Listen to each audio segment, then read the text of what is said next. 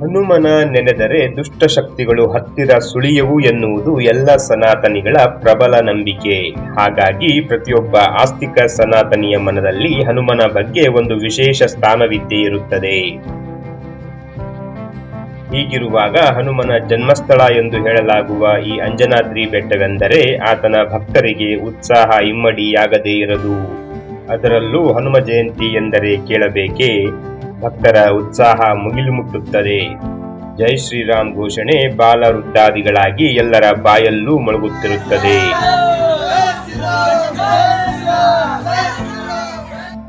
ರಾಮನಿಗೆ ಜೈಕಾರ ಹಾಕಿದರೆ ಹನುಮ ಶೀಘ್ರ ಒಲಿಯುತ್ತಾನೆ ಎನ್ನುವುದು ಹನುಮನ ಭಕ್ತರಿಗೂ ಗೊತ್ತು.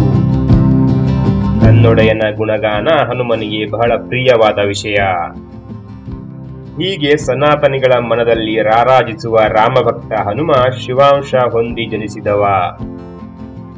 ಈತ ಮಹಾವೀರ ಮಹಾಜ್ಞಾನಿಯಾಗಿರುವುದರ ಜೊತೆಗೆ ದುಷ್ಟಶಕ್ತಿಗಳನ್ನ ದೂರ ಮಾಡುವ ದೈವಶಕ್ತಿಯಾಗಿ ಭಕ್ತರನ್ನ ಕಾಯುತ್ತಿದ್ದಾನೆ. ಇಂತಹ ಮಹಾಮಹಿಮ ಹನುಮ ರಾಮಾಯಣದ ಒಂದು ಪ್ರಮುಖ ವ್ಯಕ್ತಿಯಾಗಿದ್ದ ಎನ್ನುವುದು ಎಲ್ಲರಿಗೂ ಗೊತ್ತು. ಆದರೆ ರಾಮನನ್ನ ಸೇರುವ ಮುಂಚಿನ ಹನುಮನ ಹಲವಾರು ವಿಷಯಗಳ ಪರಿಚಯ ನಮ್ಮಲ್ಲಿ ಬಹುತೇಕರಿಗೆ ಇರುವುದಿಲ್ಲ. ಅದರಲ್ಲೂ ಪ್ರಮುಖವಾಗಿ ಹನುಮನಿಗೆ 5 ಸೋದರರಿದ್ದರು ಎನ್ನುವ ಸಂಗತಿ ಅಷ್ಟೊಂದು ಮುನ್ನೆಲೆಗೆ ಬಂದಿಲ್ಲ. ಹನುಮಂತನಿಗೆ ಬ್ರಹ್ಮಾಂಡ ಪುರಾಣದಲ್ಲಿ ಉಲ್ಲೇಖಿಸಿದಂತೆ 5 ಜನ ಸೋದರರಿದ್ದರು. ಈ ಪುರಾಣದಲ್ಲಿ ಹನುಮಂತನ ತಂದೆ ಕೇಸರಿಯ ವಂಶದ ಉಲ್ಲೇಖವಿದೆ.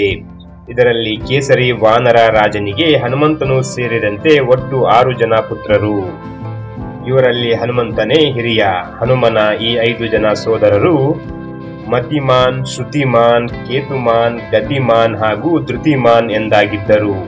ಈ 5ರಿಗೆ ಮದುವೆಯಾಗಿತ್ತು ಹಾಗೂ ಮಕ್ಕಳು ಕೂಡ ಇದ್ದರು. ಈ ಹನುಮನ ಸೋದರರ ಬಗ್ಗೆ ಬಹುತೇಕ ಗ್ರಂಥಗಳಲ್ಲಿ ಹೆಚ್ಚಾಗಿ ಪ್ರಸ್ತಾಪ ಬಂದಿಲ್ಲ. ಬಹುಶಃ ಈ ಹನುಮನ ಸೋದರರ ಪ್ರಸ್ತಾಪ ಬರಬಹುದಾದಂತ ಪ್ರಮುಖ ಪ್ರಸಂಗಗಳು ಇಲ್ಲದ ಕಾರಣ ಇವರ ಬಗ್ಗೆ ಬೇರೆ ಗ್ರಂಥಗಳಲ್ಲಿ ಉಲ್ಲೇಖ ಕಂಡುಬರದೇ ಇರಬಹುದು. ಆದರೆ ಬ್ರಹ್ಮಾಂಡ ಪುರಾಣದಲ್ಲಿ ಮಾತ್ರ ಈ ವಿಷಯದ ಮಾಹಿತಿ ಇದೆ. ಹೀಗೆ ನಮ್ಮೆಲ್ಲರ ಆರಾಧ್ಯನಾದ ಹನುಮನಿಗೂ 5 ಜನ ಸೋದರರಿದ್ದರು ಎನ್ನುವುದು ನಮ್ಮ ಬಹುತೇಕ ಹನುಮ ಭಕ್ತರಿಗೆ ಇದುವರೆಗೂ ತಿಳಿಯದ ಹೊಸ ವಿಷಯವಾಗಿರಬಹುದು. ಹಾಗಾಗಿ ಬ್ರಹ್ಮಾಂಡ ಪುರಾಣದಲ್ಲಿರುವ ಹನುಮನ ಸಹೋದರರ ಸಂಕ್ಷಿಪ್ತ ಮಾಹಿತಿ ಈ ಹನುಮ ಜಯಂತಿಯ ಸಂದರ್ಭದಲ್ಲಿ ಎಲ್ಲರೊಂದಿಗೆ ಹಂಚಿಕೊಂಡಿದ್ದೇವೆ.